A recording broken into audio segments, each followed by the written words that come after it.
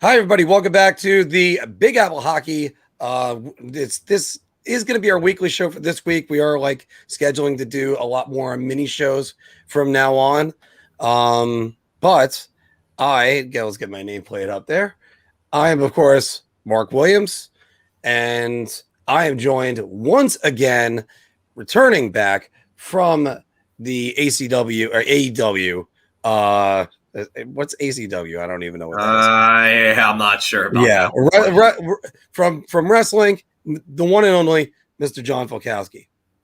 Yeah, AEW was at Prudential Center on Wednesday. I will be there this Wednesday at Arthur Ashe. So we're going to have a good card this week, but we're here to talk hockey now. So let's get cracking on hockey. Yeah, and unfortunately, we're going to be sans Anthony for this afternoon, but don't worry, he'll be here with us in spirit. All right, so before we get started, you just get that feeling like somebody's returning back to help us.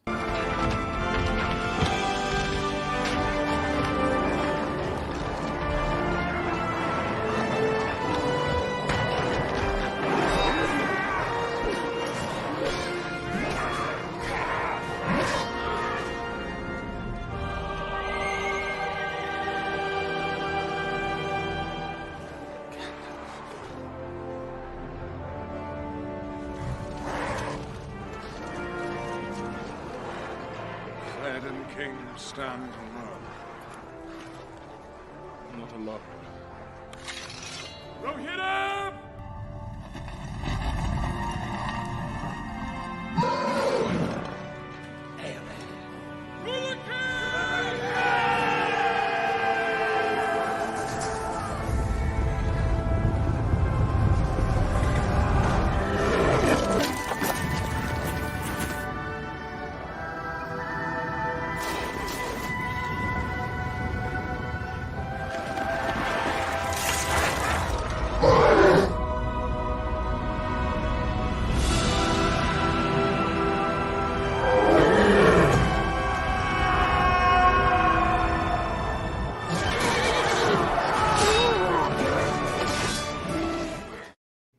Thank God hockey's back. And again, I left the Pittsburgh Penguins in there. Don't even know why.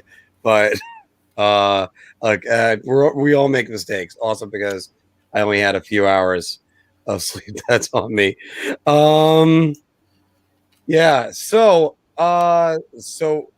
preseason and training camps start Friday. Preseason Sunday. Training camps for regular NHLers start on Wednesday.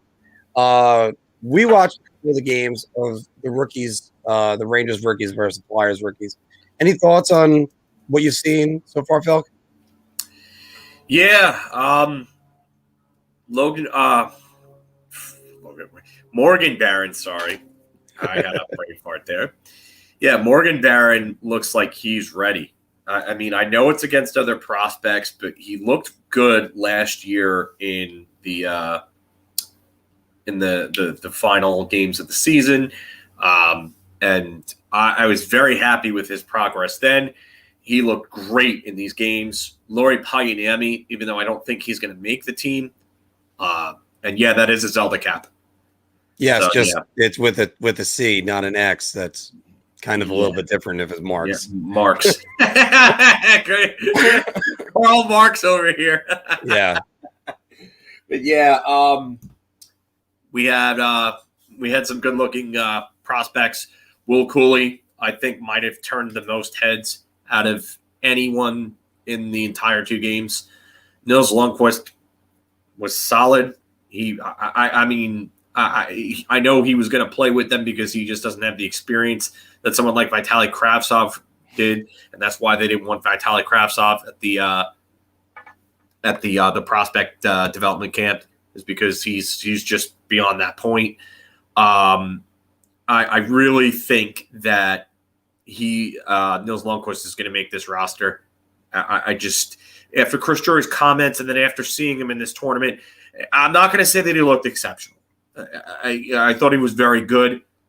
Could he have been better? Sure. He had a couple of gaffes, but I'm not worried about anything with him. He's going to have a spot. And then, but yeah, Morgan Barron looked like if he doesn't get a spot over Kevin Rooney or someone else in that bottom six, I'd be shocked. I really would be shocked. Then Lafreniere shows that he's got an NHL level shot. He's got some skills. And I really do think that he's a potential middle six winger one day. It's just a matter of working on the skating and working on the other things. So, and speaking about which, this is actually a clip of the Nils Lundkvist goal from yesterday. And unlike the Rangers feed on Saturday, the Flyers actually had announcers for this. Reunion trying to get one through traffic there. Now comes back out. Lundkvist moving in. He shoots and he scores. Nils Lundkvist beats Kirill Ustimenko high to the glove side. And oof. And look who's on the ice with him there, number 49, Lafreniere. Lafreniere is the one who actually made the play. And I mean, Tomo Reunion could have been there for a backdoor goal too. So it's just it's the way, you know, they're prospects. They're prospects for a reason, and they're there to develop. I didn't see anything bad out of. I got to thank Anton Granny for that. Hey, comment, by the way. Thanks, Granny. All right. See, that's why we always try to like improve and have plenty of good hockey talk. But I mean, I didn't see anything like out of the ordinary to be alarmed about either Matthew Robertson or Tomo Reunion, or I mean, the list goes on and on. But just they got solid prospects. Up and down. Yeah. The question is, can they get a little bit just to NHL level and be better? So that's where that comes in. Nils Lundkvist, I think, is going to be just fine. I think they want him to make this team, and I think they want him on this opening night roster, but more on the other guys on that later. So as you can see in our ticker in the bottom, we are going to be, me, Phil, Anthony, and one more person, I still have no idea who that's going to be, are going to be at the game on Sunday. And we're going to do probably at least one video, maybe have a couple beers and talk about what we're expecting in this game. And can't wait to see what we're going to be seeing in the preseason. But Phil, this is my question to you. What exactly are you looking for specifically when you're looking at we'll start with the New York Rangers on what are you looking for in the preseason? For the Rangers, I would say the development of the kids. It's just I usually don't put a whole lot of stock into what the veterans do in the preseason because they're just finding their stride. That's it. They're just getting their legs under them, just getting some reps in. That's really all it is for the veterans. But it's the youth that you really want to see here. You want to see the kids who you don't expect to make the roster come in and see how they play and see if they force the organization to start making some decisions or at least thinking about them. So if they start to think about having to make those decisions, then that's something to look at in terms of progress in a player. And that's really what I'm looking for here. I'm not looking for much in terms of, like I said, the veterans or anyone else. Even the players that you think that are 2-3 years away. How do they look in the preseason? How do they look against players in similar positions at similar ages and similar statures and at similar points in their career development wise? So that's the biggest thing for me for the Rangers. I agree with you on that aspect of what to look for because you want to know how a player is going to deal with adversity if he has to take it. Our friend Statboy Steven says he always watched players when they go back to the bench. And that's a big thing. Body language is important. Yeah, it's also seeing when a play breaks down or when or when a puck just doesn't go their way. What I'm going to specifically look for this season, and it's the Gallant effect. I want to see how this team is going to be playing differently. You won't see it as much on Sunday, but I think as this preseason goes on, because I was watching games with when Barry Trotz took over in 2018, and I was starting to look at them and go, the Islanders are going to be a much better team this year. They're going to be a hard forechecking team. They were going to be difficult to play against. There's one fly that's in my room. I have no idea why it just flew in front of my face. But there were all these things I was looking at and going, the Islanders are going to be a better team. I want to see that same effect with the New York Rangers and Gerard Gallant, because now they have a competent head coach. And I mean that with with no due respect to David Quinn.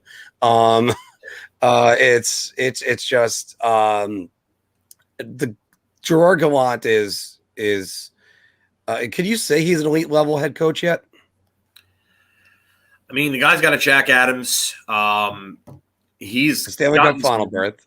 He's got real good results in two different locations that you didn't expect him to have real good results in, and he took a first-year team to a Stanley Cup Finals. So, I mean, if by elite, are we just talking in terms of elite right now? Because if we're talking career elite, like, no, obviously not. He's not near Quenneville or Babcock or any of those guys at that point, you know. But, I mean, Trotz, obviously, guys like that.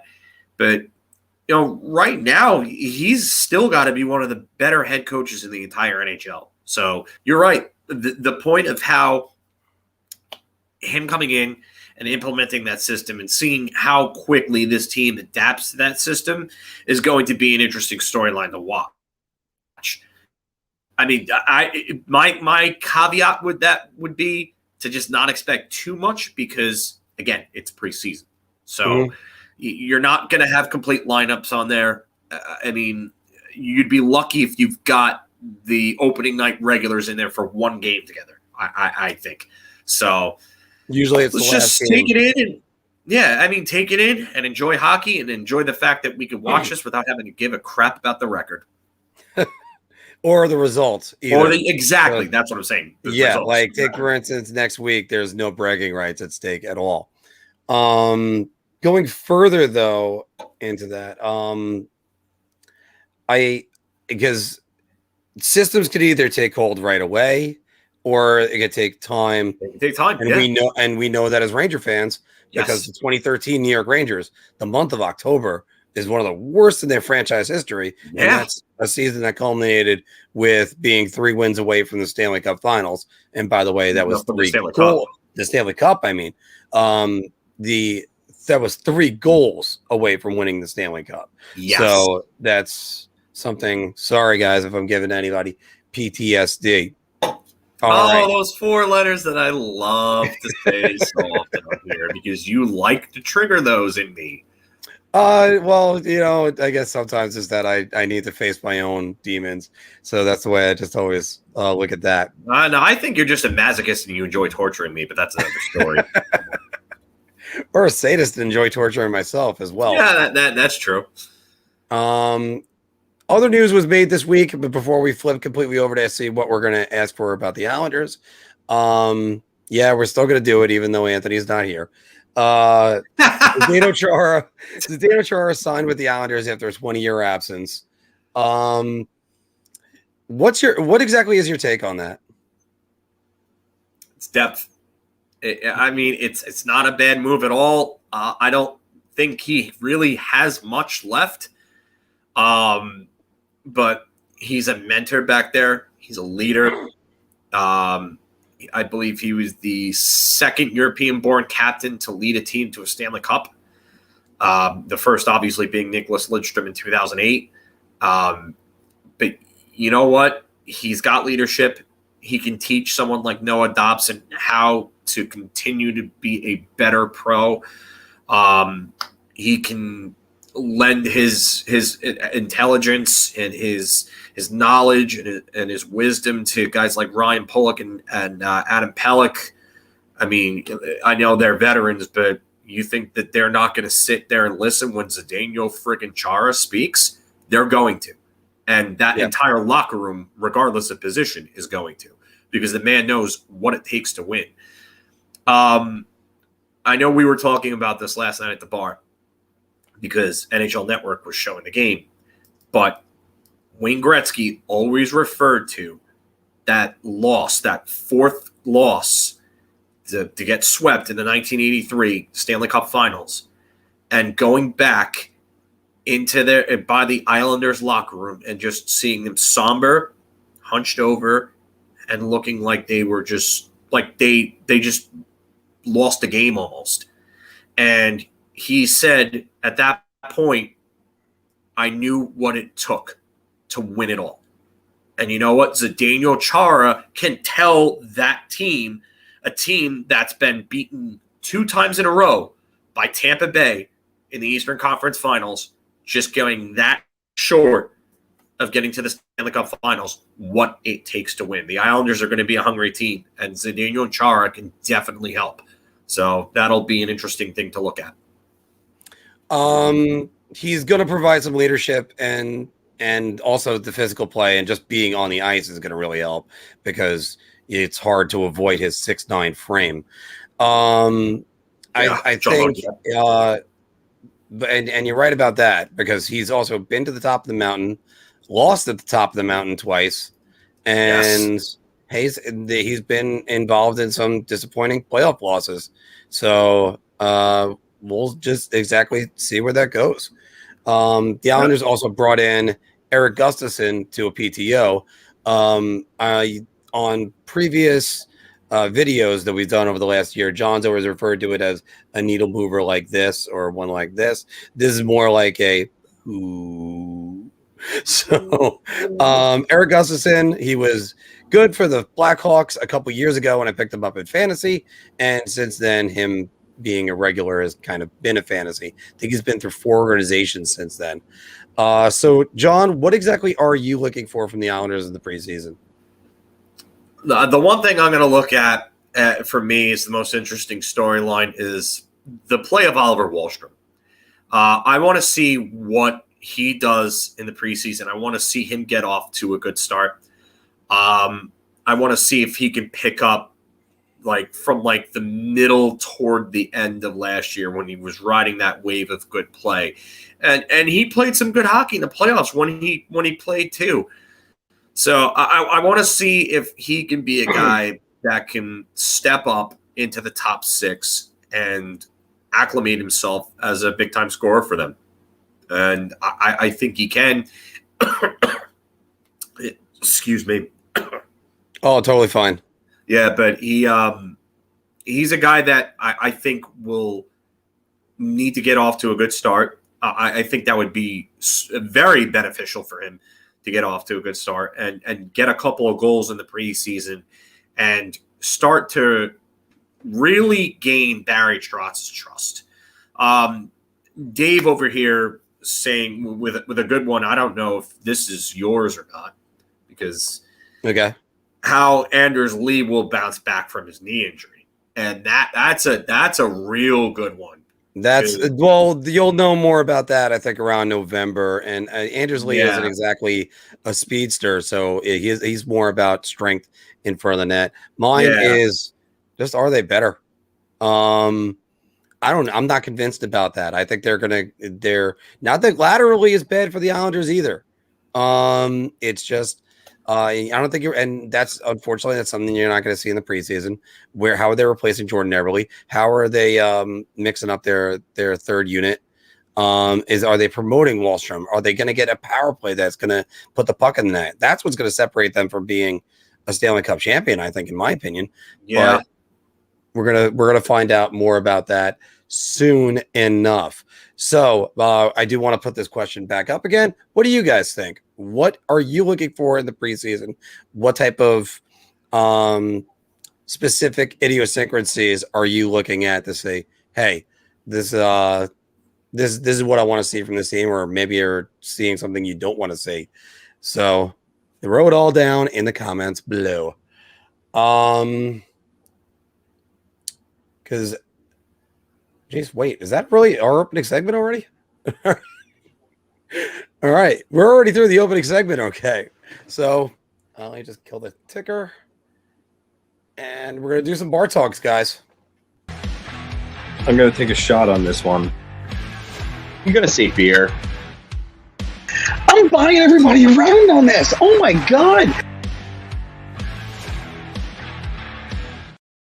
You know, I just realized in that segment that there it still says ATR on the bottom, even though the Big Apple Hockey. I've told you to get rid of that. I know that, but you know what? I'm gonna have to fix that and get that out of there. So don't worry, it'll be fixed for the next show. Oh, look who joins us from watching right here, Mr. Anthony LaRocco. Ooh. The big Z, does that mean that big? Or does that mean something else, Anthony? Are they sleeping? Maybe that's what we're gonna say. I mean, hell, the Islanders are kind of the Devils 2.0, so there you go. Where Martin Brodeur would face those whopping 14 shots a game. Yeah, and people. I mean, and I'm not just hating for folks. Go back to the stat sheet. There was a lot of times you didn't even. He got hit with a puck. He was surprised. So. Also, once again, by the way, training camps are opening Wednesday, and we mentioned we are going to be at the game on Sunday. If you're going to be there, hit us up on our brand new Big Apple Hockey Twitter, and who knows, we'll even have a beer and discuss. and let's put that in the let's put that in there. It's in there. It's in the ticker. Oh, it's in the ticker. Okay, it's in the ticker. Yeah. Because also, by the way, and the other thing I always constantly mention is it's at the end of every video now, but check out Hat Trick Apparel for some shirts, hoodies. I mean, everything. Got a lot of good stuff. I should be getting a Mika Zibanejad shirt soon. But so just in case anybody hasn't seen it, our new Twitter at Big Apple Hockey. I know I followed a few people already. I'll be going around and following some more people. Give us a follow back. And definitely join in on the discussion with us. But hit us up there if you're going to be there next this upcoming Sunday. We'd love to meet up with you if you're there and get to put some faces to the names. You know. Yeah, which is always a good thing because I mean, after all, when Mike NYR stopped in to Croakers, and I'm like, holy shit! All right, there you go. All right, guys. So welcome to Big Apple Hockey Bar Talk, where we gauge our confidence on NHL topics based on our choice of drink. Are you depressed? You just need a shot. You're so. You can take a beer, or you're so confident you're buying everybody around. Well, we're going to start with this one. And the New York Rangers will miss Pavel Buchnevich, Mr. Filkowski. Yeah, I'm going to buy everybody around on this one. I think that they'll have depth that will step up. I've mentioned the three kids, Kakko, Lafreniere, Kravtsov, that are going to have to step up and basically replace his offense.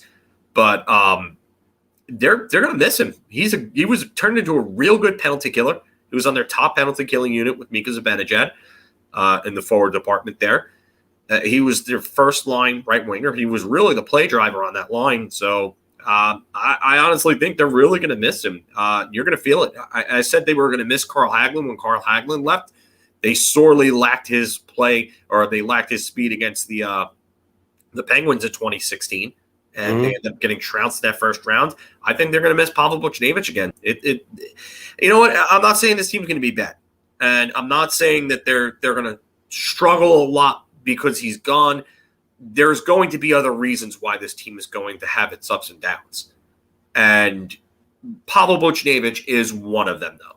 So, yeah, I'm buying around on this.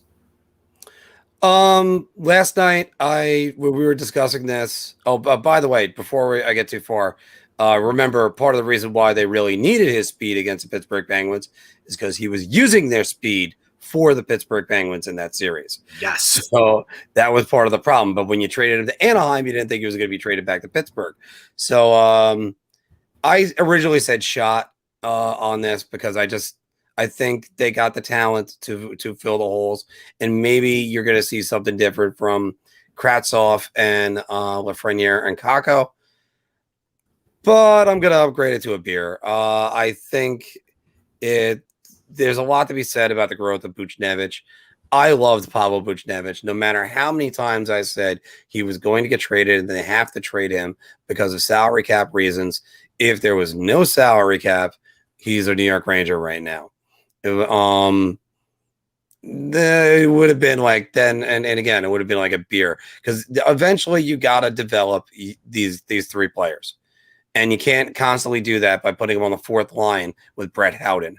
And fortunately, we don't have to worry about that anymore. But we're moving on from that. Did you see a good comment? What's that? Did you see a good comment? I saw your hand move. No, I was replying to Joe's comment here about Marty Brodeur, so I replied in the chat while you were going. Yeah, and there's a lot of that. Well, while you're doing that, I'll start this one off. Morgan Barron is going to make the opening night New York Rangers roster. I'm buying everybody around. Simply put, I think this kid's got the chops. He had the first goal on Saturday. It was off a giveaway, and I think he went off the posted in on – I don't even know who the Flyers goalie was. I know I could have looked it all up, but I was just looking at who our guys were. I think Morgan Frost had a couple goals in that game too. But, no, I'm buying everybody around. I think Morgan Barron's a player, and – I mean, I'm nervous about where he might fit in and who you might have to take out of the lineup. But, something that's going to be part of this Rangers team the entire year. They're going to be bringing guys in and out and in and out. And that's the way you're going to keep Brian Reeves fresh. That's the way you're going to keep Sammy Blais fresh. Sorry, Sammy Blais. And Barclay Goodrow as well. He's not coming out of the lineup. But you know what I mean. Philk. I'm with you. I'm buying around. I mean, like I said, when we were talking about the games, Morgan Barron was just super impressive. He looked well past the point of playing with and against prospects at this point. He's ready for the big guys. I don't know how much else he has left to prove at, the AHL level. I really don't know how much else he has left to prove. I don't think there's anything, if anything at all. So. I think you're gonna see him on either the fourth line, probably the fourth line. I would say he'll probably be the fourth line center, and I think if maybe like Sean mentioned, I mean Barron with Reeves and Blais. I mean that could be a really good fourth line because if you look at Sammy Blais' numbers, Sammy Blais has been putting up third line numbers in St. Louis. Third line numbers. And if you got him on your fourth line's probably going to be pretty damn good, especially if you got a kid like Barron who's got some skill, a high hockey IQ, the size, and the mobility to be able to put that all together on your fourth line with two guys like that. Ooh, yeah, I think that could be a real problem for teams. So yeah, I'm buying around. And again, when I put this in perspective, the Sammy Blais is now a New York Ranger, and he's the type of guy that everybody's been asking for the last 2 to 3 seasons. Yep. He's a guy that leveled David Backes in the Stanley Cup Finals versus the Boston Bruins, the former captain of the St. Louis Blues. So most of of his teammates knew the guy as the captain of the team, and he stepped up and just cleaned his clock. So I love the way this kid's going to play, and there's a lot of people that think that he's going to play really well too. All right, moving on back to the island, as a lot of people in the chat are very happy. Zdeno Chara will play 60 games this season for the New York Islanders. John? And by the way, I have his numbers right here. I'm going to say beer. I think there's – and then Joe said skip it. But I think I'm going to go with a beer here. I just think that they might end up resting him, from game to game, and they're going to probably look to get Gustafsson in if he makes the team. Sean, in terms of round shots or beers to get Chara drunk, we're not talking Andre the Giant here, but I'd imagine it's a lot. So, yeah, I do agree with Will's comment before about the fourth line. I think that was a good comment. But I think Chara, they're going to try to keep him fresh. I could see between 60 to 70, unless he gets hurt. It's possible. He's 44 years old. I mean, I think you'd really want to keep him fresh. Gustafsson makes it. He's going to get a lot of minutes, and he's going to get power play time because they need somebody to quarterback that power play. They don't really have anybody right now.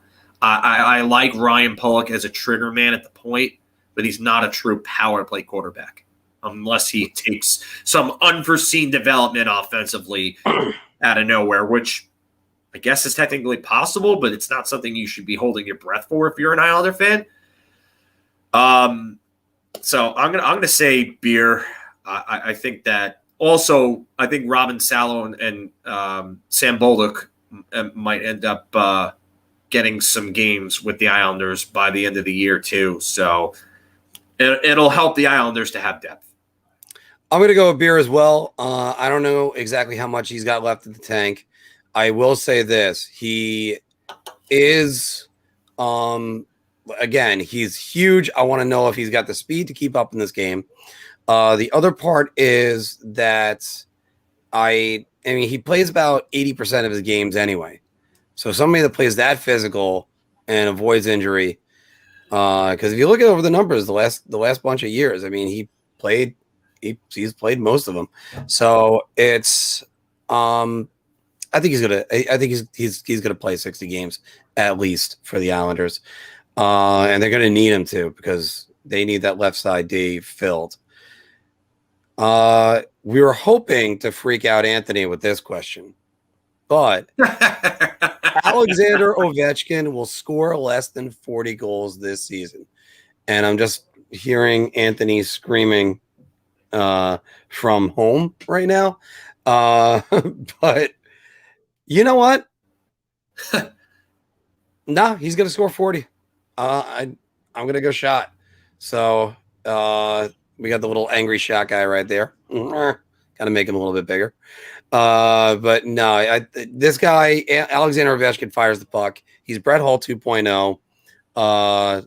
And he'll just stay at that point, one time the puck for days, and end up just he'll put in 40 goals this year. That one timer 50 this year.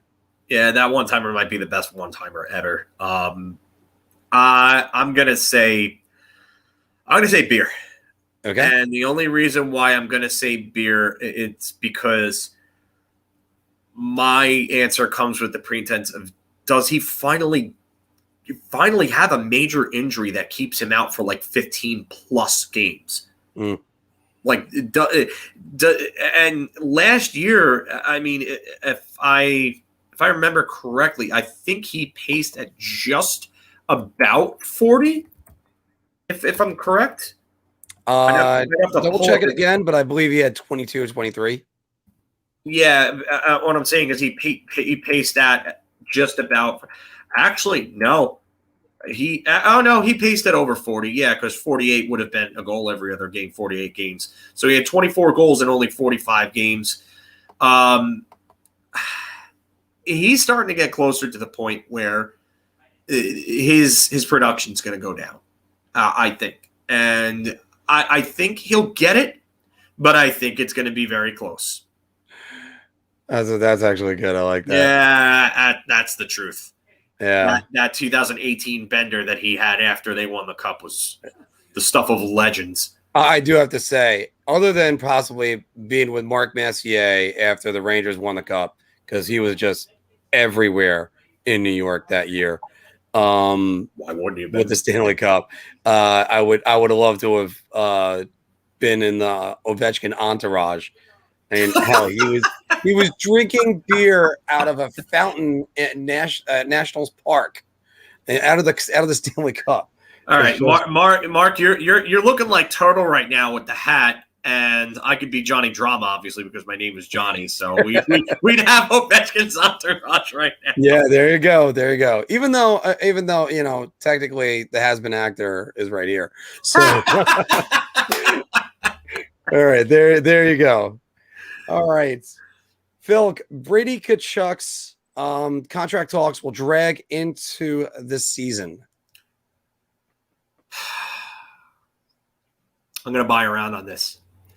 I know that Dorian came out and was saying that they're not far away, but when you've got the guy's brother, when you got Brady's brother, Matthew, coming out and saying that they're not close, I think this might drag on a bit.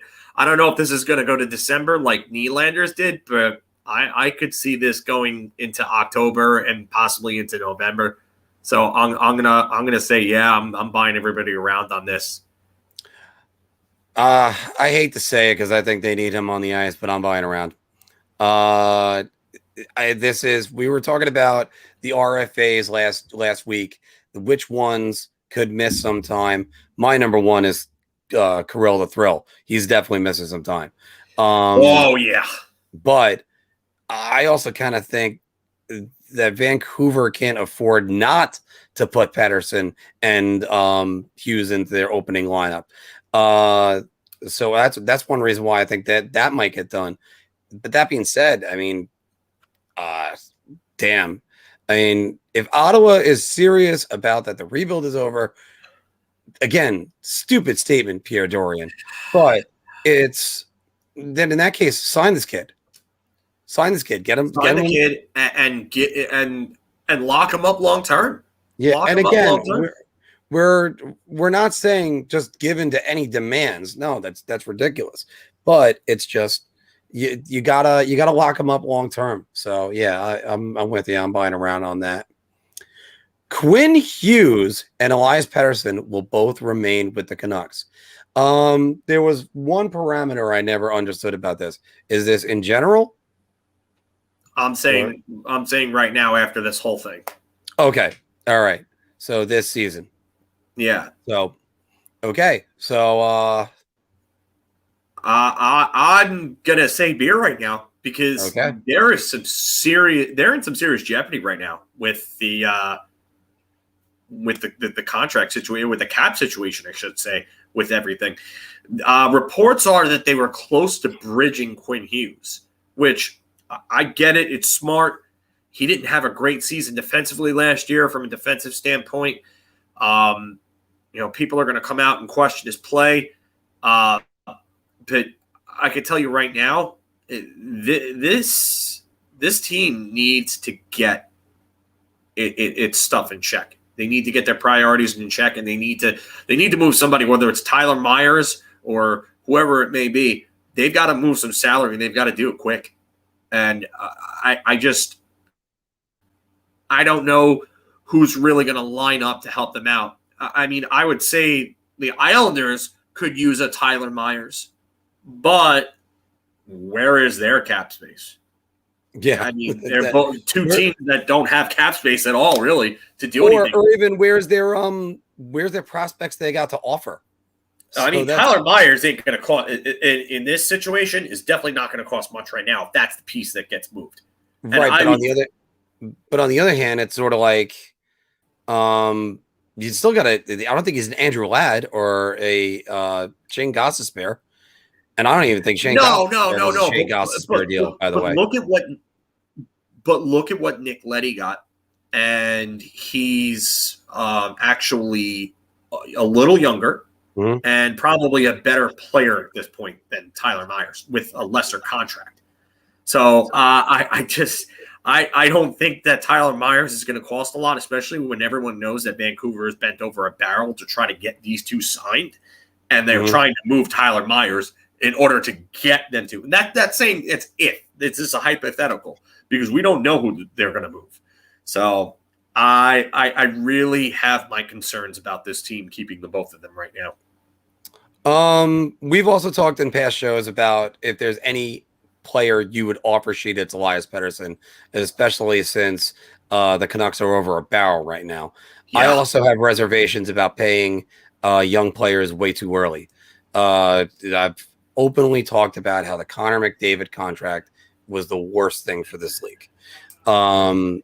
Even though, yes, the guy basically earns that money, you also couldn't give him $12 million in his fourth season. Because then the ripple effect went down the league, and that's why Jack Eichel is getting $10 million right now.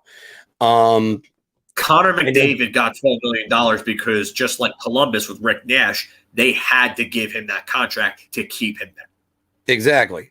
And I understand that too. Anyway, back to this one.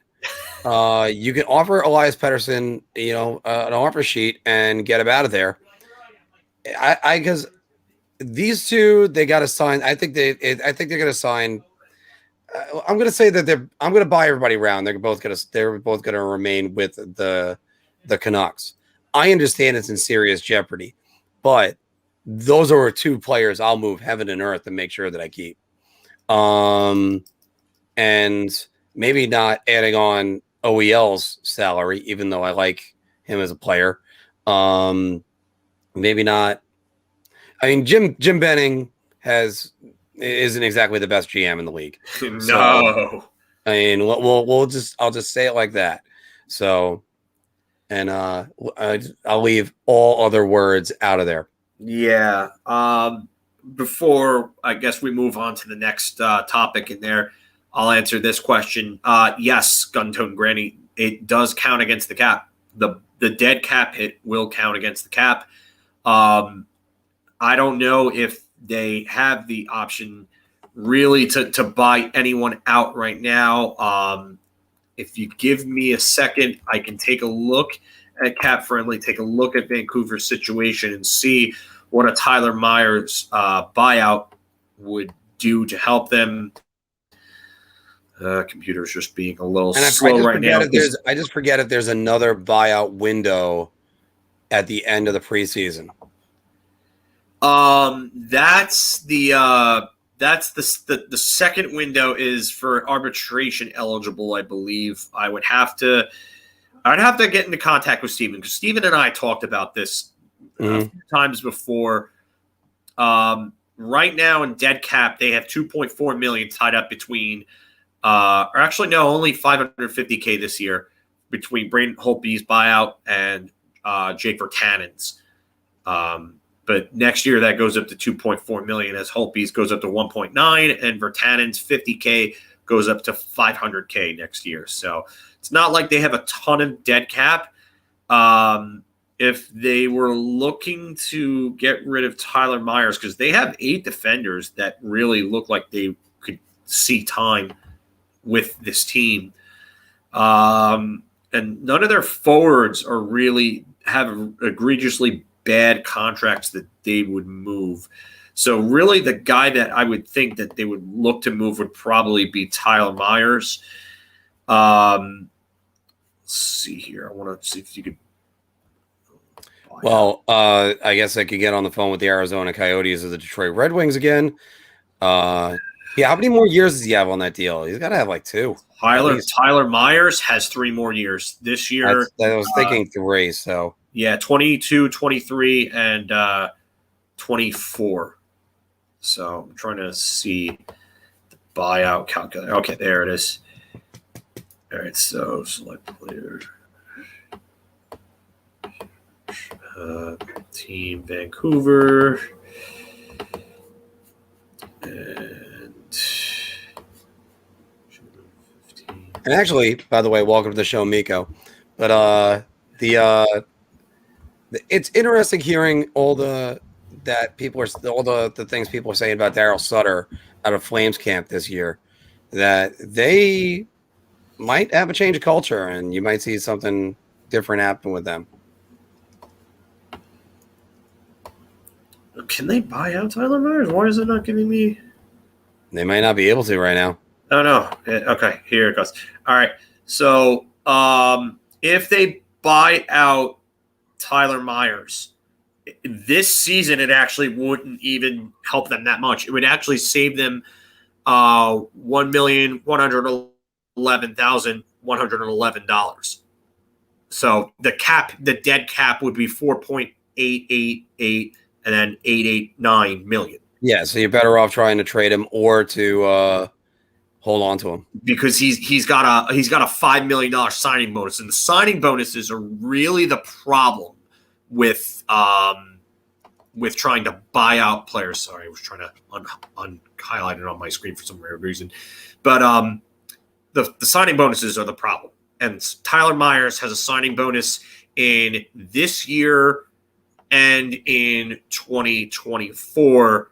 So those 2 years, the dead cap hits would be really high, and they wouldn't be that much. So Tyler Myers really has a buyout, what they call a buyout-proof contract right now. What kind of like what Andrew Ladd had a year or two ago. So he's got to be traded, and maybe with small salary retention to help a team. But if I'm Vancouver, if I'm betting, I'm going to Arizona again, and I'm saying, hey, you know what? Can you take Tyler Myers from us? And what do we have to give you to take Tyler Myers? Yeah, and you know what? And who knows? He'll probably sign another guy to a ridiculous contract like Louis Eriksson. Jeez. I mean, it's there are just those GMs you go, God. I mean, they never learn. Sooner or later, that's where Jeff Gorton's going to get a job. He's going to get a job with one of those teams that their GM just keeps on making boneheaded decisions, and he'll come in because he knows how to manage the cap a little bit better. Yep. Moving on, Christian Dvorak will put up career highs in goals, assists, and points. Philk. I'm going to say beer, only because I'm not 110% sure that he will. I have a good feeling that he will. I don't know how much that'll be. I could see like 25 goals, somewhere in the 50-point range, maybe between 25 to 30 assists, somewhere around there. I mean, I think it'll happen, especially if he's their second line center, and Montreal's got good wing depth. That's one thing that you got to look at with Montreal, and you got to say, hey, like there's a lot of good wingers here. I mean, you have your Drouin's going to be back. If he's healthy, he'll be back. You got Gallagher, you got Josh Anderson, you got Cole Caulfield, who people are talking about the rookie of the year that they call their favorite. You've got other good wingers on this team.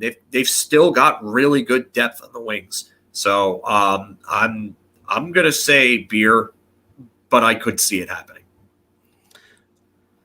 I'm gonna go beer. There's so many temptations to go either way on all those. That's why this really is the perfect answer for this, because he could either explode with the different line mates that he's going to have, different competition that he's going to have, or just maybe get exposed. That could be also another thing. I mean, a lot of guys get a bigger like a bigger job and just don't do that well with it. So yeah. It could be one or the other. Well, we're going to find out soon enough. I'll tell you that, because I like Dvorak as a player, and not just because of the name, because I always liked Radek Dvorak, but he's a good player though. And on this episode of NHL players with the same last name, not related to each other. Well, the best is whenever you see the ones that are related to somebody going, oh my God. I remember watching his dad as a rookie, and I was in high school. So William Nylander. Yes, William Nylander. Alex Nylander. Oh. All right. And when we were together the other day, we had NHL Network on, and they had their top 50 players right now. We understand all these lists are subjective and can be changed at a moment's notice. Mikhail Makar was number 13. Yeah. That's too high. I'm buying everybody around on this. Yeah, you can go ahead first. I don't even know where Adam Fox was, so I'm not even comparing Adam Fox to Makar. But one's got the hardware, one didn't. Yeah, one's got the hardware, and everybody's going to turn around and say, "Oh, well, Cale Makar had a better 2020 than Adam Fox did, and he won the Calder, and Cale Makar puts up all these points. Well, yeah, does Cale Makar play defense the same way that Adam Fox does? Oh, but he had Ryan Graves, and Adam Fox has Ryan Lindgren. Well, too bad. Because Cale Makar, his defensive lapses are part of the reason why that Colorado can't get over the cup. I'm talking about Chicago for whatever reason. I don't even know why. But, I mean, Cale Makar, as great of a point producer as he is, and he probably will win a Norris in the very near future. He will. He's still not a great defender. He's not. And the eye test, the metrics, you could see it. You could just see it. And that's, to me, if you can't put 13 – all right, so let's just brainstorm right now 13 players that you would take on your team, regardless of position, over Cale Makar.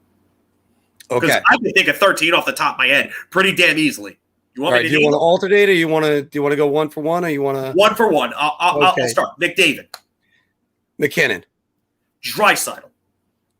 Panarin. Crosby. Hedman. Malkin. Braden Point. Ovechkin. Nikita Kucherov.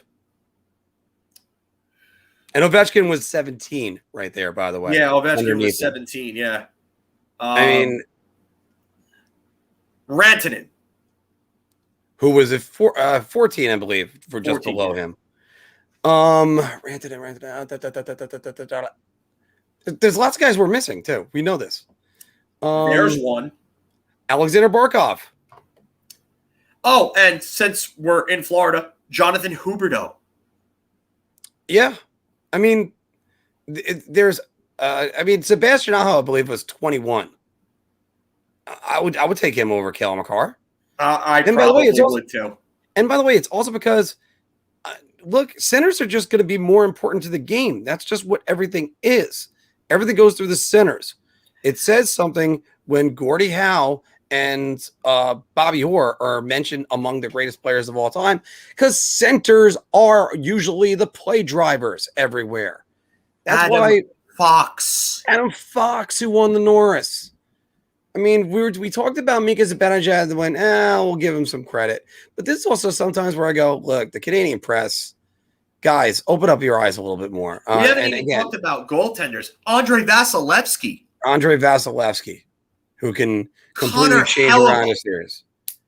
I mean, we didn't even talk about Mark Scheifele, who I always have the little close for. I'm not going to lie to you. That's a close one for me. Yeah. So, again, well, Cale Makar is only third-year player? Second-year player? Third year. Third year. Okay. So, I mean, plenty of time for him to win Norris trophies, guys. Don't worry about that. Yeah, I agree. This kid is that good, and his defense is going to improve too. And he's not a train wreck either defensively. Don't get me wrong. I'm not comparing him. No, but he does leave a lot to be desired at this point. And right, so you don't put him at 13. Yeah, I agree. Right. I agree. I think on the list, Charlie McAvoy is 31 because Zibanejad's 39. Charlie McAvoy was ranked way too low. You know what? Charlie McAvoy might have been ranked a little too low. I think Charlie McAvoy, for my money, is probably a top 5 defenseman in the NHL right now. Oh, I know. He's real good. I mean, I'm not arguing that.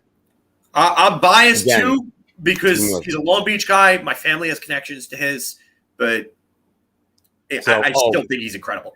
And by the way, I'm clearly buying everybody around. It's too high. Yeah. So let me just get rid of that. Well, that was the end of our Bar Talk segment, guys. But we want to know what you think about everything. Also, don't forget to listen to this idiot and like, share, and subscribe. Is Morgan Barry going to make the team? Is Zibanejad Chara going to play 60 games? You think Cale Makar is rated way too high? We know we kind of lulled some people to sleep, but talking about Quinn Hughes and Elias Pettersson in the CBA for a little bit. And do you think Brady Tkachuk's going to miss some time? Throw it all down in the comments below, guys. Like, share, subscribe. Yes. For favor, Also, again, where's our favorite Mohawk Islanders fan? Yeah, and Eichel too. I gotta put Eichel ahead of him. That's another one. Oh, by the way, thanks for reminding me. I've been holding on to this video clip for a while. I haven't been able to get rid of it. So here we go. Hey, Sabres fans. Rick Harrison here for Pawn Stars. And I know you want a high return for Jack Eichel, but the best I could do is a prospect and a billboard. That's it. I mean, that's the deal. Yeah, because when you have no leverage, that is the deal. Doing everything we can to trigger Sabres fans. Yeah, I know. My friend Sue is gonna come to the bar and have some. That's the one that was talking to me that one time. Yeah. Oh God. All right, but also, by the way, once again, check out Hat Trick Apparel, guys. That'll be on the end of every short video as well. We are already up to our editorials because we had only one honest press conference today, and he's not here. So, unless you feel like being his dinner, Chara. So well, hey, how about this? I really don't have. I don't know. I'll leave that one for Anthony. That's we'll leave that one for Anthony for next week. We're going to get honest press conferences again, guys. Don't worry. Yeah, well, we're a little short right now, but you know what? During the season, the storylines are going to write themselves for us, and you'll obviously be able to see them. And you know what? We'll watch press conferences as well, and we'll be able to take our own little spins on those press conferences, and we'll have a shit ton of fun with them. Telling you. Yeah. So, there's plenty of time for all the storylines to be written. Oh, yeah. But we got a very special on the mark. This prediction that's right up here. Being single most of my life. Or just yell at Larry Brooks like every other New York Ranger has. That's still one of my favorite lines that I ever said. Just yell at Larry Brooks like every other New York Ranger has. But anyway, guys, so the preseason is upon us, and I'm just going to take a moment to look back on fabled New York Rangers preseason stars of yesteryear. Whether it is Pavel Brendel, who had that exciting goal over Martin Brodeur's glove that everybody went, wow, this kid knows how to do it. Or seeing Ken Jernander 9,000 times, or Daniel Gano, or Jamie Ram, and thinking, hey, maybe this kid can take over for Mike Richter one day. But that's what we're doing also right now. There's going to be plenty of guys that we're looking at. And fortunately, over the last 5-10 years, there's been optimism when you're watching guys in the preseason. Like Derek Stepan, as I mentioned last week, there are times for guys to just announce themselves and say, yeah, I'm going to be an NHL player. And I still remember Derek Stepan picking the corner on, I think it was Pascal Leclerc in Ottawa. And you're going, all right, nice. This kid's going to be in the NHL. There's also going to be at least one or two players that we're going to go, really? This guy's having a good preseason and we're thinking he's going to be a big time player. I remember always waiting and watching Christian Dubé in the preseason in the late 90s and going, oh gee, okay, is this kid gonna get up? And I think he had a total of 2 goals for the New York Rangers. Watching Mark Savard and being very excited for what the possibility was with him, and then the Rangers to move him to Calgary and then to Atlanta, and then him becoming an NHL star after that stop. So and if you look at his stats as a New York Ranger in 1998, that kid was starting to bud. So sit back and enjoy what the preseason is. Don't try to put too much pressure on the guys, and kind of just, don't get too fixated by some players, because some of them could be fool's gold. I must have messed up something with the layout there. Sorry about that. Don't worry about that. But, that's why you got me. Yeah, you're definitely right about that. And that's why I was saying I don't put a lot of stock into preseason itself. There's just a lot of guys that come in and they have really good preseasons, and then you really don't, you don't hear much from them after that. I don't know. I like preseason just because I like to see the kids and how they play at that level. That's really what I like to look for with that. But I definitely agree with you. I remember seeing the Christian Dubés and stuff like that, and Jamie Ram. God, that's a blast. I mean, I think he played in one NHL game for the Rangers. We're going back to the times where we thought Stefan Chernesky was the next big scoring winger for the Rangers. Remember that name? Yeah, Jesus. That knee injury was horrific. I mean, and sometimes you are seeing those guys with potential. This is the great part is you're seeing them with their potential and then going, this guy could be something special. But then it doesn't materialize once you get NHL players in and the game is speeding up. Because that's one thing I look at with, say, for instance, Nils Lundqvist with the rookie games. Or once that's going to be the slower pace. When the NHL players are in there, that's going to be a faster pace. And passes are going to be better. Well, for starters, the ice is going to be a lot better. Nils took the puck up on the power play on a rush and then lost it behind him and then had to reach back and go get it. That's at a practice facility. That's not at Madison Square Garden. Yeah, exactly. So there's a lot that's going to go into that. And again, I'm not trying to shit on some guys that didn't make the NHL. The worst thing that you didn't make is a star in the NHL. It's just be aware of it. There are guys. We're going to see them go, that's going to be the guy. You fall in love with them, and then that's it. Because look, we always want to buy stocks when they're low, and watch them blossom into Apple or Tesla. But it's sometimes it's not meant to be. And then you get a guy take for instance and again, I'm not shitting on players, but Anthony Duclair.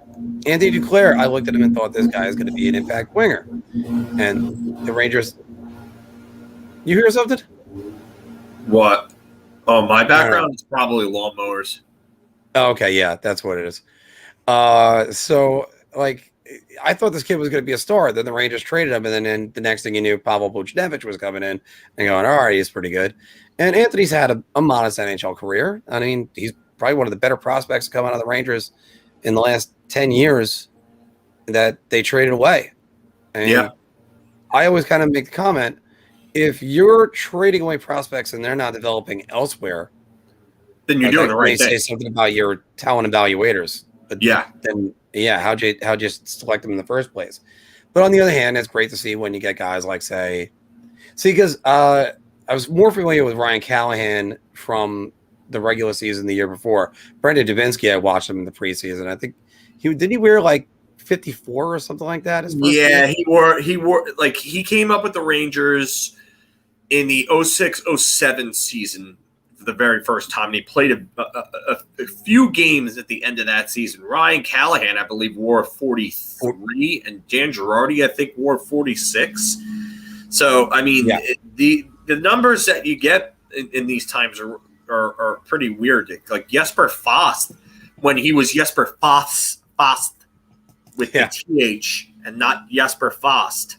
So, that's another thing. The names sometimes even change. If they're European, they get Americanized. So I always think of the Rage Against the Machine line from No Shelter: Americanize, view the world from Americanize. So, but it's a different feel. It's a different pace. It's different all around, like you said. And you don't want to buy too much into it. That's why I temper my expectations. I temper my whole attitude when it comes to preseason.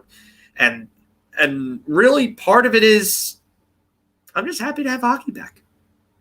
Yeah, I'm happy to have hockey back. And also, and again, by the way, I think I can almost think back to 1994 95, I believe it was, watching preseason games really for the first time in my life because we actually had MSG and I was watching the games. And the Islanders had a win where I believe Wade Redden assisted to Todd Bertuzzi for the game winner. All that sentence can make you nauseate when you think about it. But you're going, all right, and you're starting to think, well, that's going to translate to the regular season. They got this coach, Mike Milbury, who's pretty good. The Islanders were the worst team in the NHL. Wait. Redden? Yeah, Wade Redden.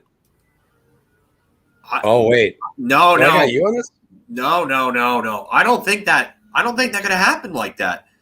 Because Redden was traded for Berard, I think, right after the draft. January. Oh. Traded in January. Redden went back. He played the preseason with the Islanders, went back to his junior team. Berard went back to his junior team. And then they flipped him in January. And somehow Marty Straka was in that deal to come back to the Islanders. And then Marty Straka ended up playing. I do remember Marty Straka as an Islander for a very, very, very brief period. And then Marty Straka ended up going to Florida, was a part of Florida's 96 team that went to the Stanley Cup Finals. And he scored a big goal against Pittsburgh, funny enough, in that series. So you remember in the Stanley Cup Finals, I think he had 1 assist. And yes. You remember the former Ranger that scored that goal? Radek Dvorak. Ray Shepard. Oh, shit. Yeah. One of 2 guys to continue his 30-goal season in 95. So Ray Shepard. There you go. All people. You know what? It's funny because I always forget that he was a former Ranger. But, Anthony, still going in with the Islander stuff. Ariana, by the way, again, another one. Haggerty. There's another one. I mean, there was a guy you're just going, or even, I mean, to a lesser extent, Ryan Malone, when he was in, and I think he had like 4 or 5 goals in the preseason, and he did, like, he was gone pretty quickly. I just can't remember if that was 2013 or 2015 because unfortunately all the years have blended together. But Jimmy skid mark. Oh, yeah. Yeah. Oh, actually, now that you mention it, I think I still got this.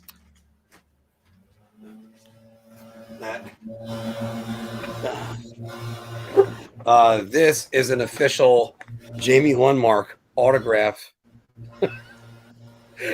Somebody gave it to me about 4 or 5 months ago. Wow. I'm going to share that for the channel.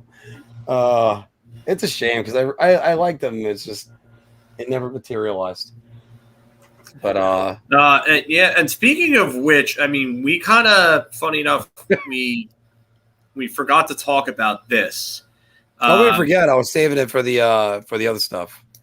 Oh, okay. So, Travis Zajac retired as a Devil. Wait, hold on. Before we do that, hey guys, by the way, don't forget to give us a like, share, and subscribe. Can you think of any other New York Rangers preseason stars that you remember, or even October hockey stars? And again, I mentioned Daniel Gano is the one. I can think of an October hockey star. I would actually call him Mr. October, but not for the preseason. Hey, Johnny. I called him NHL's Mr. October because he'd always score in October and disappear after that. Was Brian Savage. That man could score in a 40-goal season. A while ago. He was a guy that could score in October, and the rest of the season was just a mystery every year for that guy. So, that was my Mr. October in the NHL. Yeah. Brendan Dubinsky, I think he had a 10-goal month in October 1 year for the Rangers. I think that with 23. Brian Boyle, 2011. 2010, 2011. Wow, that's actually 2 of them then, because Dubinsky was the same thing that year, because I remember that being the year that he beat out Gaborik in goals. And the other thing about Gaborik that year, Gaborik had missing I time. think 23 goals or something like that, and he had 8 of them in 2 games because he had 2 4-goal games that year, I believe. He had 2 hat tricks and a 4-goal game. Okay, that's it. All right, it was worse. It was 10 goals. The 4-goal game, I believe, was against Toronto. Correct. Yeah. So yeah, I just remember he had the shoulder injury, and then he came back the next year and blew the friggin' roof off the league, and he had his other 40-goal season as a Ranger. Yeah. I mean, Tortorella rode him like a horse, but that's what got him. Johnny's looking to see if he can get notices as to when we do these. So always, it should be under your YouTube. Just hit the bell, and that'll always send you the notices when they come on. This one was kind of a bit of a late one when we posted that, because we were only able to schedule it last night at about 11:30. So we are gonna have, you just set your alerts to all. That's what Granny's saying. It's you hit it's right next to the subscribe. There's a bell sign.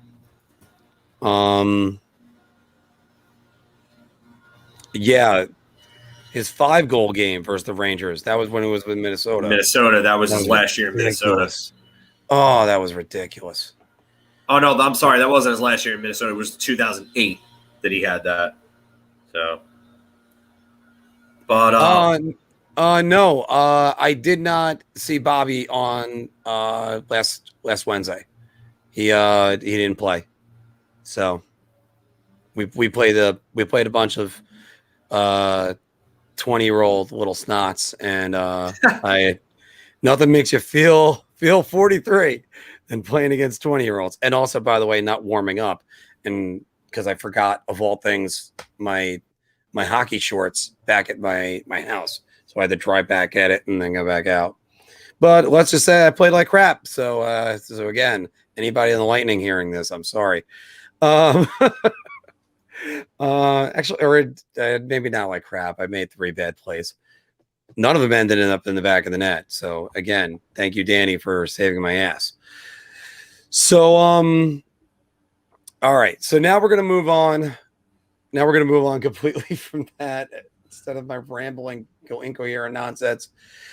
John was just mentioning about Travis Zajac retiring with the New Jersey Devils today. That guy was a player.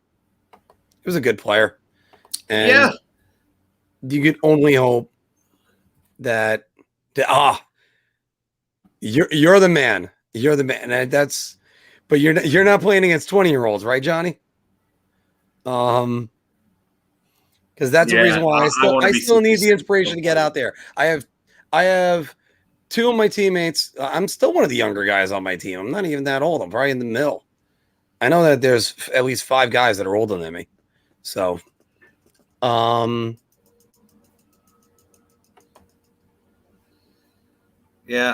mean, 203 goals and 552 career points for Zajac in 1,037 career games. Went to the finals once. He finished top 10 in the Selke voting twice in 2009 and 10. He had 2 20-goal, 60-point seasons in 2009 and 2010. He was a good player. He was a guy that he was a leader on the team. He was a guy who would step up when you needed a big defensive play, when you needed a hit, when you needed a big penalty kill, a big face-off win. Travis Zajac was one of those guys that helped you win games. Simple as that. Was he a great, like a legendary type player? No, obviously not. But I mean, he's gonna get a hero's welcome when they decide to honor him at the Prudential Center. So, and good for him. He deserves it. Class act, big community guy. Definitely somebody that a lot of players should aspire to be like. Guy handled himself well on and off the ice. So congrats to a great career for him. And I mean, one reason why we talked about this before in our group chat, Anthony was like a little bit surprised given how close the Islanders are. But the guy wasn't going to get any playing time, I think, after Zach Parise signed. It was not going to happen. By the way, everybody, just a quick update, as especially if you're listening to us on iTunes or Spotify, you could always do that. As Phil said, who does he think of when he thinks about Mr. October? Brian Savage. Brian Savage had 192 career goals in 674 games. 44 of them in the month of October in 87 games played. I told you he was Mr. October. I mean, his goals per game was 0.5 basically in the month of October. The rest of his career, 35 in November, that's in 116 games. December, 18 and 101. For a goal scorer. 34 and 99 in January, 16 and 70 in February, 25 and 137, and 20 in 6 in April. And he scored none in May. He's literally like a 15 to 20% guy in the other months, and he's a 50.50 guy in October. Told you. Amazing. That's it's what amazing. It was, man. I mean, and that's sometimes you just feast on guys that you just feast on guys, and that's what it is. No. Oh, Johnny, this is great. I'll play against anyone that lets me. I'm goalie. He's got 3 sons, and none of his sons could score. That's right. You make him earn it. I hope so. I know you could always pick your team. Sean, they call me Mr. Off-Season. Yeah. Yeah. Hank officially already retired, but then again, he was in Sweden. So I don't know if he can come out of retirement just to do that. There's because after all, like, by the way, you make somebody earn it against you. You don't just give it to them. That being said, I always let my niece win whenever I play Candyland with her. So, and there's only so many games of Candyland you could throw people. There's or play in general. But like that goes back to the booing in sports conversation. You're like, oh, you shouldn't boo or whatever. Yankee fans booing Garrett Cole this weekend. Yes, because you're down 7-1 to the Indians yesterday. You're getting paid $35 million to be an ace. I don't think they're necessarily just booing Garrett Cole. I think they were booing the state of this team after going on a 13-game win streak and then losing to some of the teams they've been losing to since. Like the efforts have been pathetic. Yeah, I mean it's probably been so pathetic you could call them the Mets. But hold on, where are the Yankees in the wild card? Sorry about wasting your time with this, guys. Back now. They're now in a game and a half back. They're missing the playoffs. It's over.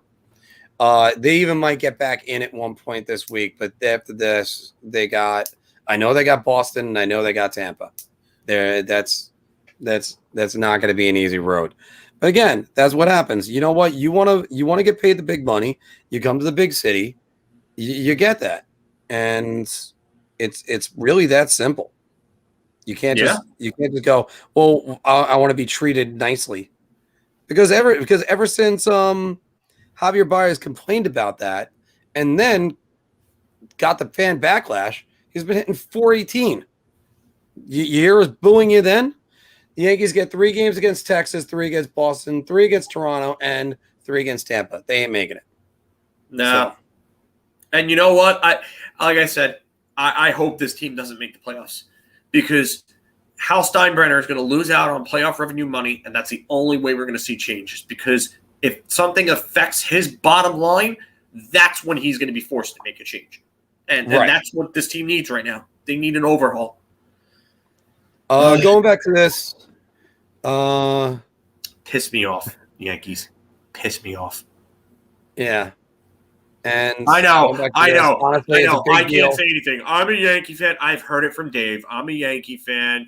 I can't say anything. The Mets have About pissed what? You me can't off. say anything about what? The Yankees, because it's the Mets. Yeah. What? So what? Look, we can have our biases. We can wear a fandom on our sleeve, but we could also be impartial. Philip and I are proving that with our Islander segments. So it's bias of Lindor has definitely been better since the thumbs down incident. Lindor, I'm just tossing up Francisco Lindor as we're getting back to hockey in 1 second, guys. As Carlos Beltran, 2005, all over again. Back to hockey. By the way, we'll want to take any questions right now, because it probably about 20 minutes away from not going to the gym today, so it's. Yeah, we'll definitely wrap it up soon. Yeah. Yeah, we are. We're multifaceted, Joe. We're multifaceted, but no. Beltran 2006 had 41 home runs. Beltran in 2005, I believe, had 15 or 16. Yeah, that first year as a Met was a disappointment for Beltran. I remember that. Again, Delgado had a big year that year, though. Yeah, but he had a big year in Florida. He was in Florida for that. In 2005? 2005. The Mets went after him. They tried to recruit him, and they gave him the whole sales pitch. He actually felt a little bit offended because it was Omar Minaya, and he felt like they were trying to do some Latin players sales pitch to him. And then he ended up becoming a Met the very next year and having a huge year with the Mets. Carlos Delgado was a great player. You're right. Yeah, Florida in 2005. Yeah, because they got him and LaDuca in that trade. That was Florida's last hurrah for them as trying to really compete. And then after that, they tore it down. And then Joe Torre won Manager of the Year. So, but again, just looking at the Rangers, the other thing I can't help but think about is where Gallant's going to move everybody in the lineup. Kreider and Zibanejad have pretty good chemistry. But are you willing to risk that for Alexis Lafreniere? And my answer is yes. Yeah, you have to at this point. You can't. I'm going to say this, and whatever you think of it, that's fine. Whoever is watching, listening, it's whatever. But Alexis Lafreniere has to be this team's top winger with Mika Zibanejad. When you lose a play driver like Pavel Buchnevich, you need somebody that can carry that puck, that can help facilitate offense. Chris Kreider has shown us throughout his NHL career that he is not that type of player. He is not Alexis a puck possession player. Has the talent. Yeah. He has the talent to do it. I actually think here's two of my predictions that I will make specifically for Chris Kreider. Number one, he will be moved down to the third unit to play with Barclay Goodrow. And I also think he's going to be the team's next captain. That's just what I think is going to happen. Maybe I'm wrong on both. I'm okay with that. By the way, just to go back for baseball once before we answer John's question right there. Dave, nobody was swinging at that curveball. There was that at bat for Beltran. I know every Met fan hates that at bat. That at bat was fastball you're taking. I think he fouled back the curveball and he was right on it. And that other curveball, I still buckle my knees. And I've seen that replay for the last 14 years. Yeah, and they wouldn't, and I give Beltran a pass on that. Oh wait, sorry, I went to the wrong one. Yeah. Out of the young players, you were clicking it too. Yeah. Out of the young players, which one do you think will have the chance to make the NHL roster? Let's say that we're going to take two names out of that list, John. Okay, Nils Lundqvist is one of them, and Morgan Barron's the other. Yeah, those are the two. Other than those, do we have a dark horse? Wow. I got to tell you, Will Cooley did a lot to improve his stock. I just don't think he makes it right now. I think he's got some other things he's got to work on. But yeah, I think that Will Cooley maybe in a year could end up being on this team's roster, and I think they're going to need some wingers. Brennan Hoffman struggled a little bit in camp. He had some good plays at times. And I think Lauri Pajaniemi might be a year away. I think Lauri Pajaniemi, don't quote me on this, but I think there is a possibility that he could maybe see some time with the NHL roster by the end of the season, especially if there's an injury of some sort. Mm-hmm. I really think that Lauri Pajaniemi might be a bit closer than people think. Libor Hayek should probably never see NHL ice ever again. I don't know why they re-signed him. Not as a New York Ranger. That's for certain. I mean, yeah. Who knows? He might go somewhere and resurrect his career elsewhere. At this point, I got to bring this up because this just Ariana is just 100% on the mark with this. Yes, I used it. Yeah.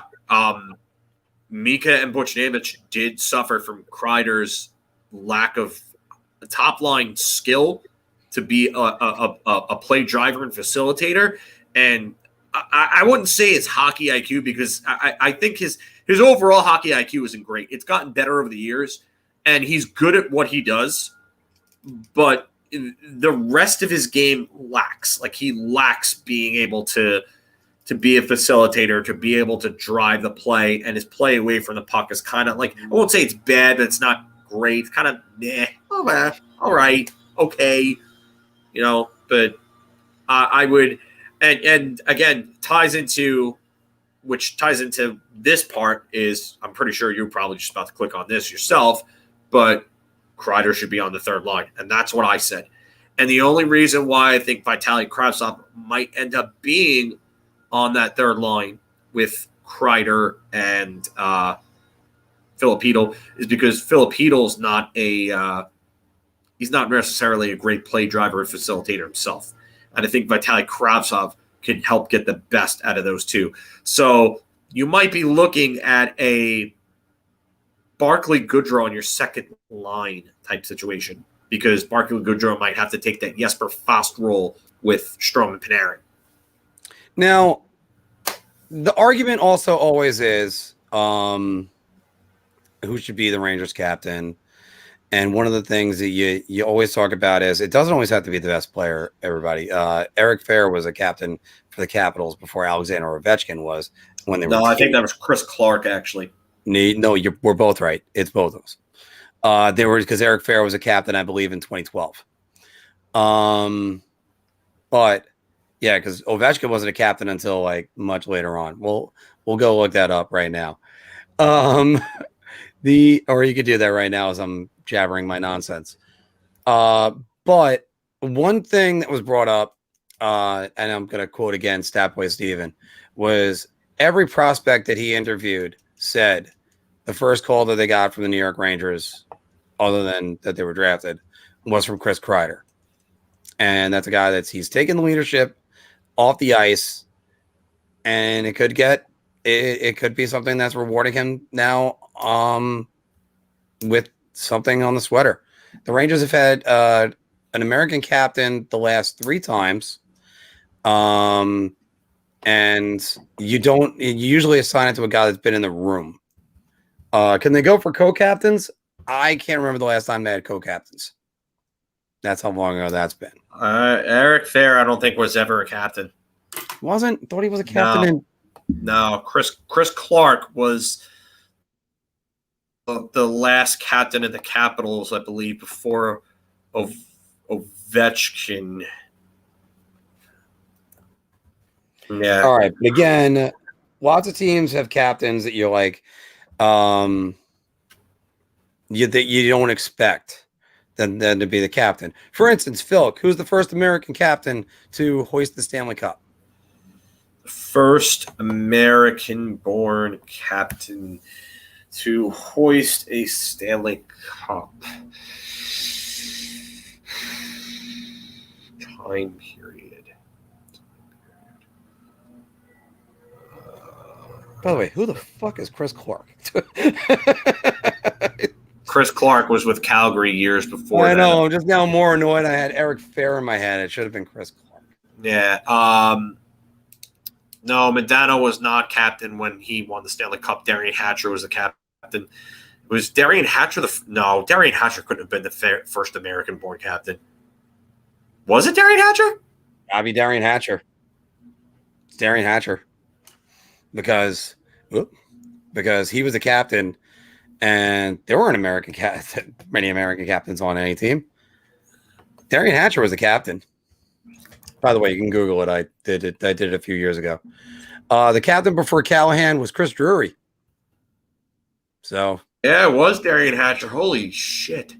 Yeah, but it's Darian Hatcher. So again, it wasn't Mike Modano, who is clearly the captain right there. Dustin Brown might be the first one to do it twice. But no, yeah, Dustin Brown wasn't. Hatcher did it in '99. He was the first. Dustin Brown is the first two-time American-born captain to win the Stanley Cup. And it doesn't happen that often where, say, for instance, a guy gets a Stanley Cup. Sorry. That's. I don't think Barclay Goodrow's an ex-captain, Sean. I'm sorry. Yeah. So I honestly think you're looking at one of two players right now, and I'll give you a dark horse for a third.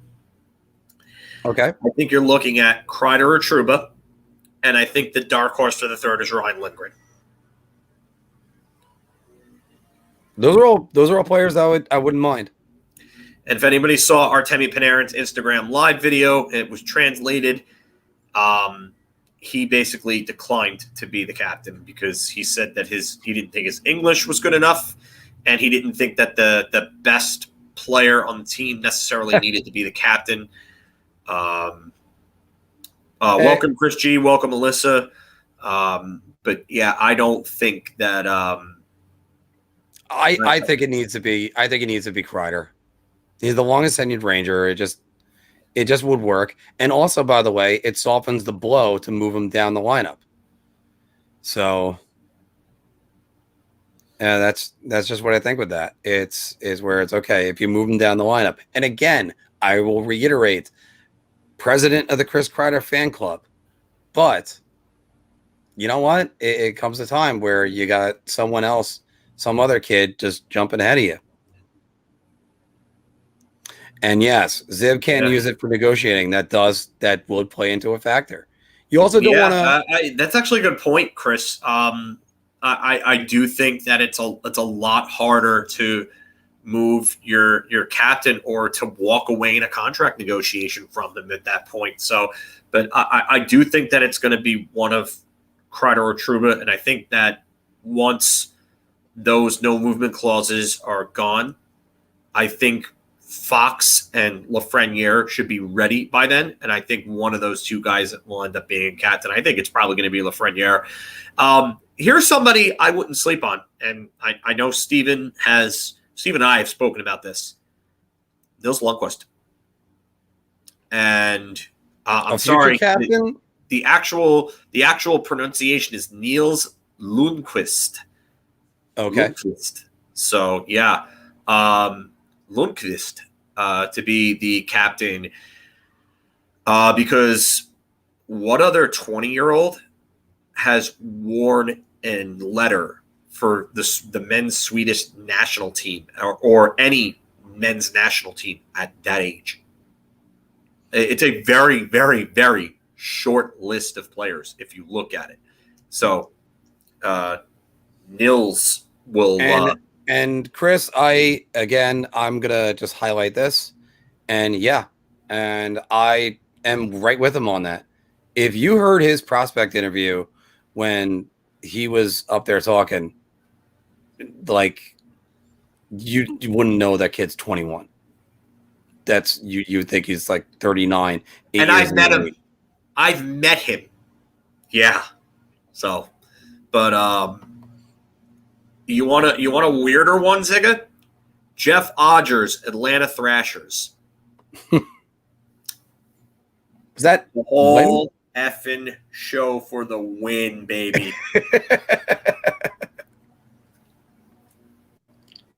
Beat Jeff Odgers. Beat Jeff Odgers. You Jeff got Odgers. around on me, buddy. Jeff Odgers. We got. I mean, Nah, Buchberger was actually a decent player. Odgers was nothing more than a fighter, Ziga. Sorry, but you're not winning that one. I mean, was Steve Ott a captain in Buffalo? Steve Ott was a guy who had a 20-goal season. Yeah. What do you win if Gaudreau becomes captain? Well, if you make your way up here, I'd buy you around. But you're you're quite a bit away, Sean. So you got to make your way up here. Oh, where's Sean from? Virginia. Oh, okay. Dirk Graham is a good one, but he was actually a good checker and a Selke winner, I believe. I'm still trying to think of an odd captain. Kelly Kissio, mediocre. No, Kissio was actually a decent player, and he right. was the last one to wear number 11 before Mark Messier. That is correct. Regularly, I should say. Adam Graves wore it for like a game. Yeah. I always love those ones where you're like, oh, you're wearing it regularly. Oh, yeah, thanks. Trying to think of a weird Dirk captain. Graham won the Selke in 1991, so you can't say that Odgers or Dirk Graham is a worse or a more odd captain pick, I should say. No, Will. We're not talking about best captains. We're talking about the most odd picks for captains. Yeah. Or worst. Yeah. So who do you have for an odd pick for a captain? Throw it down in the comments below. Throw it out in the comment. Throw it out in the comments. We always got to say that too, and I got to get used to that. And also with people I got to listening. start saying it more too. Yeah, because I never think about that, and also people turn this on and just watch. Although Rick, I do need to update the chapter markers all the time for you now, so you know to skip over the Islanders segments. Some of the guys say that they go, "Oh, I don't want to listen to the Islander stuff." Okay, I'll make sure there's a chapter marker. Who do you think? This is from Granny again. Who do you think out of the people who have been on the team who will have the breakout year? Breakout year. I'm looking at two guys in specific. I'm looking at Lafreniere and Kakko. And I think even Kravtsov could possibly have one, but I think it's going to be Lafreniere and Kakko. I think 100% it's going to be Kaapo. I think he's going to be playing top 6 minutes, and I think he probably might even end up being in that top line. Kakko had a statement, and again, we keep referring it back to our buddy Steve, but he's got the quote. There's a Finnish article that he had where Kakko said, "I make a mistake, I get berated. Somebody else made the same mistake, and they got a pat on the back." Oh, it's like the Gordon Ramsay meme. It's the Gordon Ramsay meme. Yeah. And again, I'm paraphrasing. That wasn't. Oh, you're cute when they mess up, and then the adults. What are you when you mess up? An idiot sandwich. Yeah, it's one where it's you can't. Then with Quinn gone, that's gone. If you're gonna get yelled at, you're gonna get yelled at. I mean, John Tortorella, he actually used to like put the pressure on his top guys and ease up on the bottom guys. And I actually think that's usually the way to go. Like, I mean, my boss gives me an earful plenty of times. Yes. And again, and it's just when it comes to guys like these, going back to this comment for the question, Kakko is going to have so much of a weight lifted off of his back. He's going to get a clean start. And a lot of his metrics, except for goals and assists, which are the only ones fans care about, but all the Sabre metrics is saying this kid's going to be something big. So I can't wait to see what he's going to do. I really can't. And if he does blossom the way we think he does into Mika Rantanen 2.0, which is really I'm trying to think of what other player to compare him to. But yeah, Mika Rantanen's a really good one. Yeah, that's you're getting compared to Mika Rantanen, and that's a damn good player. But no, and Lafreniere is just gonna be good. I have no doubt Lafreniere is gonna take off as well this year. But again, taking off 50 points apiece, that's a little bit much to ask on. If you get 50 points apiece out of those two, and you get like 30 to 40 out of Kravtsov, you're replacing Pavel Buchnevich's offense. Yeah. Now what it's on guys like FIlip at that point to take another step. It's on guys like the defense really to kind of take a step. But again, the defense looked good under Jock Martin last year, and that's a concern for me. They got rid of a guy that I don't know if I would have gotten rid of if I were them. So, but I think Keandre Miller will probably take another step this year. I think having Jacob Trouba there, for a full year healthy will help them. I think Ryan Lindgren not being out for an extended period of time at the end of the season will help them as well. So, but again, what Lafreniere showed you at the end of last year shows me that he's ready for that increase. And I think that if he would have gotten the minutes and the power play time, let's move Ryan Strome off the far side boards on power play 1 so we have more shooters, please, for the love of God. And again, that's the reason why when you get Ranger fans that are talking about that they go, well, why do we hate on Ryan Strome? Because I do think when you remove him from the right side boards, and then could he still be that player on power play too? That's the question. And it's sooner or later that position is going to go to either Kakko or Kravtsov or Lafreniere. That's either power play 1 or power play 2. Take your pick. So then does he have a position anywhere else? That's always where I have the question. And the truth is the coaching staff and the players are the ones that always make that answer. Fortunately, we don't have to worry about that. No. And by the way, Dave, it was 89 the year that LA upset Edmonton. It was 89. Yeah.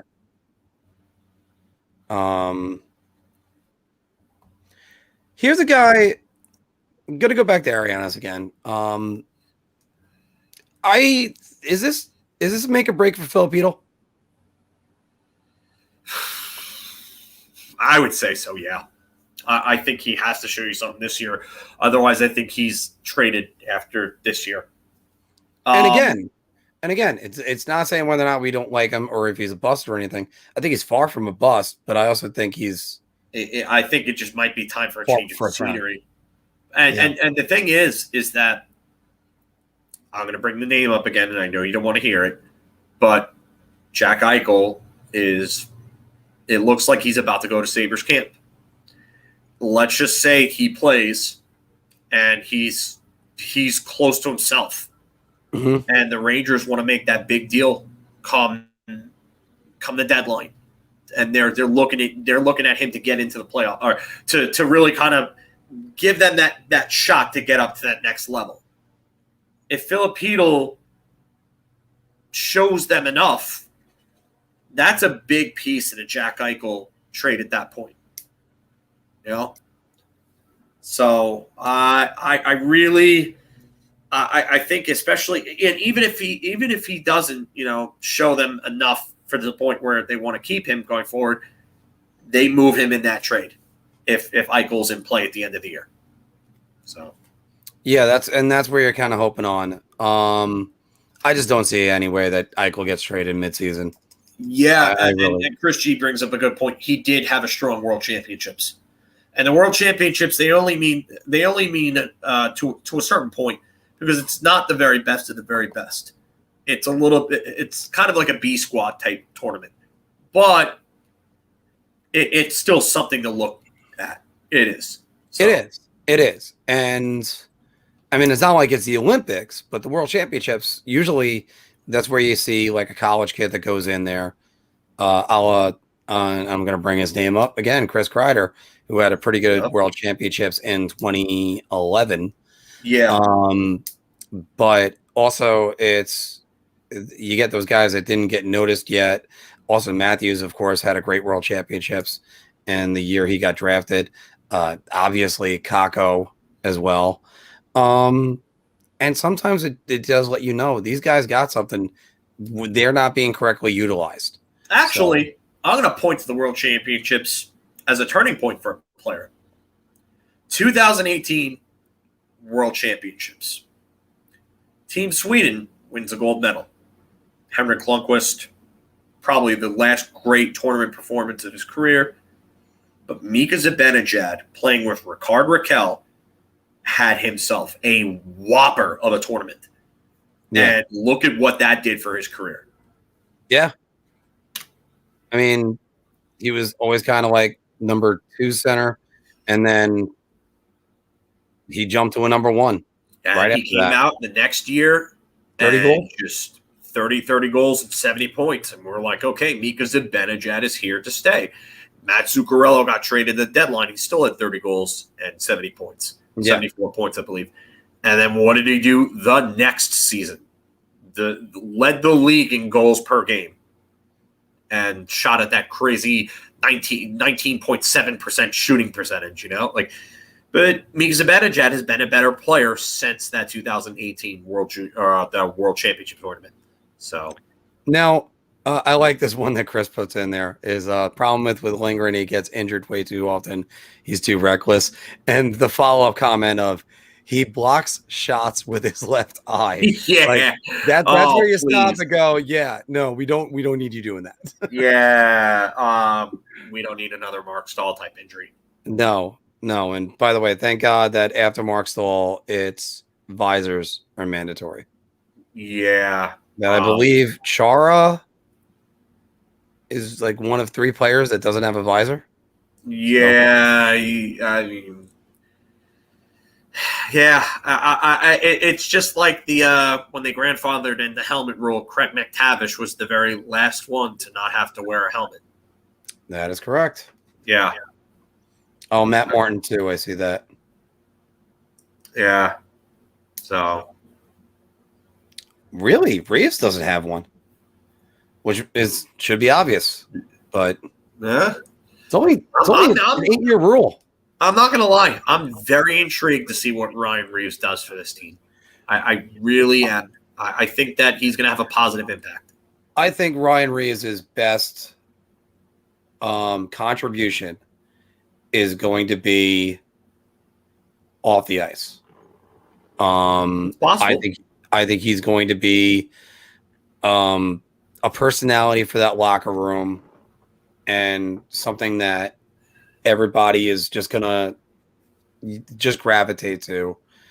I'm okay with him playing 50. I'm okay with him playing 60 to 65 games, and then against the more skilled teams that are more, highly skate, high tempo, up tempo skating teams. Sitting him in those games and then having him against your Washingtons, your Pittsburghs, your Bostons, your Islanders, teams like that that'll really throw their weight around. So yeah, I'm more than okay with that if that's what they end up doing with Reeves. I think Reeves probably plays between 65 and 70 games, maybe more. Yeah. And again, that's what's fascinating about the Ranger makeup. One of our first podcasts that we actually, or it was really just Zoom calls back then that we did. We did our editorials for the first time, and I was just going, the Rangers never made a bottom 6. They just kind of just acquired some players and went, all right, they're on the 4th line. This year they got a bottom 6. Yeah, they do. Yeah, they're going to be a force to be reckoned with. And for all the people saying, "Oh, David Quinn got a raw deal," yeah, guess what? Should have done a better job. They were better without him. Their team exploded offensively without their head coach. Yikes! That's exactly what I said when it happened, and I said it on here. I said it. I said if that's not a damning and alarming thing, then I don't know what is, because they absolutely came out like a bat out of hell. Yes, dropping a Meatloaf reference here. Yeah, so they came out like a house of fire, and they absolutely kicked the crap out of Philly. And then the 4 games that Quinn came back in, the 2 games against Buffalo, the 2 games against Washington, where they came out flat in all 4 games, lost that one late against Washington on the 2 Ovechkin goals, back-to-back in the third, late in the third. And then they had that 4-goal outburst in the third against Washington, won the next game, then barely beat Buffalo, and then lost to Buffalo. That, to me, I knew Quinn lost the room right then and there. Yeah. The performance under Knobloch was like, okay, it's all but confirmed. I'm like 97%. Then those 4 games were 100% at that point. It's it just was fascinating because I remember having to check my blood alcohol level because I went drinking in the afternoon, okay, on St. Patrick's Day, and I'm watching it, cutting together everything. And oh, by the way, we did our first ever the bar talk segment called Beer Shot, or I'm buying everyone. Yeah. And one of the first questions was Mika Zibanejad will get to 12 goals this season. And John said, I can't buy enough shots for this. And Mika Zibanejad passed it by almost the end of the night. Never mind anything else. So again, it took him a week to eclipse all those numbers we had. So again, it's fascinating to watch. And you know what? I gotta say, one of the things I want to see this team react to. I want to see them the first game against Vegas. In Vegas. And I want them to absolutely run Vegas out of the building because they want to win that game for their coach. Yeah, that's gonna tell you how much they love their coach. If they go out there and they do that, or if they at the very least give you a convincing win, then you know that Gallant's got that team about it. And I mean, by the way, if they lose to Vegas, Vegas is a good team, so whatever. Yeah, I mean, it's not. You want to see that effort. You want to see them do that. So I can't.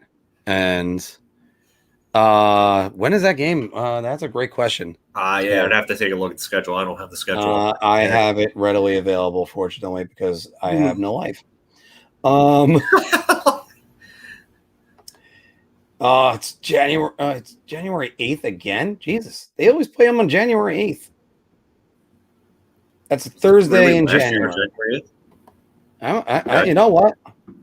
I might consider going out there for that, but the problem is I have to be on a plane immediately to get back to New York. Oh God, why can't I ever have vacation time? That's the life of a bartender, guys. Until I'm making money on that. Chris, we'll probably talk more about that another time. But yeah, no, that would be a great game. And also, by the way, of course, Ryan Reeves. But again, that win's going to be more for Gerard Gallant.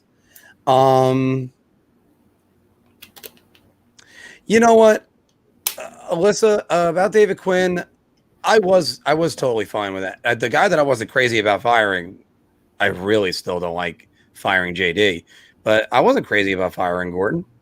We have that video of us reacting to that. That still just is one of the most unbelievable things, because that was our first live stream, and we're going through whether or not Minnesota can upset Colorado, and I looked down and I saw a text message from a friend, and then I'm reading it off. Phil's reaction is priceless. Anthony's reaction as he's laughing at us in total shock was rather hurtful. Oh, okay. You were talking about Reeves, not the All right, I thought you said I wasn't crazy about getting him. Oh, sorry. I read getting him fired at first. Oops. Yeah, no. Always try to read things twice so you actually understand it. Good job, Mark. Good job.